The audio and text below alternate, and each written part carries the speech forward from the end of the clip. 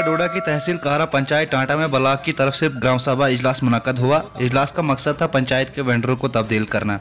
ग्राम सभा में लोगों ने कहा कि कई 2016 से लेकर 2019 तक हमें कोई भी मटेरियल का पैसा नहीं मिला।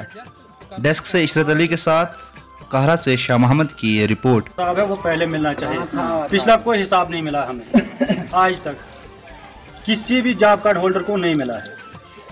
आगे का जो बनेगा वेंडर वो खुद मटेरियल देगा या ना देगा वो उसके साथ होगा। पीछे जो 16, 17, 18, 19 तक जो मटेरियल आया है, 20 का नहीं आया, 19 तक जो मटेरियल आया उसका हिसाब होना चाहिए हर एक मजदूर के साथ। यहाँ तो अगर वेंडर ने लगाया कहाँ पर लगाया वो खुद बोलेगा, ठीक है। इसका मतलब है कि ये मतलब गोली वो चाहे सो GRS हो, वो सेक्रेटरी पंचायत था, वो सरपंच था, मेंबर था, मतलब 650 घरों में से किसी को नहीं चुना, अलबत्ता दूसरी पंचायत के लोगों को वेंडर चुना, वो भी सब पैसा हट मतलब आज आम लोग वही कहना पता कि वेंडर होता है।